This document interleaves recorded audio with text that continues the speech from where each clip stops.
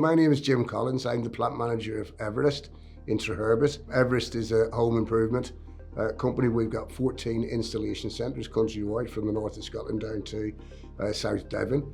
When I was interviewed for the position, the manufacturing director sent somebody else around with me to do a plant tour and then just simply asked, what did I think when I come back? And I said, you got too many people, not enough work, and I don't get any sense of any sign of planning. And it was just crying out for a full shop floor and office staff, right? Recalibrate into, what is the lean manufacturing philosophy.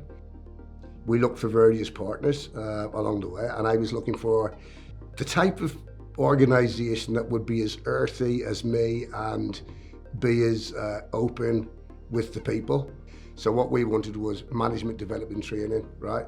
To go along with workplace champion training, and some leadership training on the shop floor, so to develop people from a shop floor so they could develop teams. And this is all hinged at getting the best out of a lean manufacturing philosophy.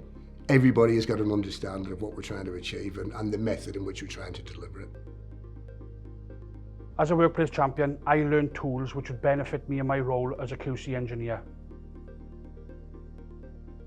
This will also help the business because I can facilitate and support structured problem solving activities on the shop floor and part of the senior manager meeting we have in the mornings. Yeah, working with the TSW team was, it was grand. They weren't pushy, it wasn't a pushy salesman thing, it was, we're here to support, right? We're here to be ready, when you're ready. So it was really good, really friendly, really easy to get on with, And he brought a tub of sweets in every time he come, Andrew did. The important thing is to get your leadership team engaged fully, understood, and start asking them some questions about, they're ready to deliver this, because we've got to be the example. One of the constants has been that, TSW has been informing us on a regular basis that there is new funding available for different training packages. As yet, we will embark on a second phase of this lean development, because I've doubled the workforce now.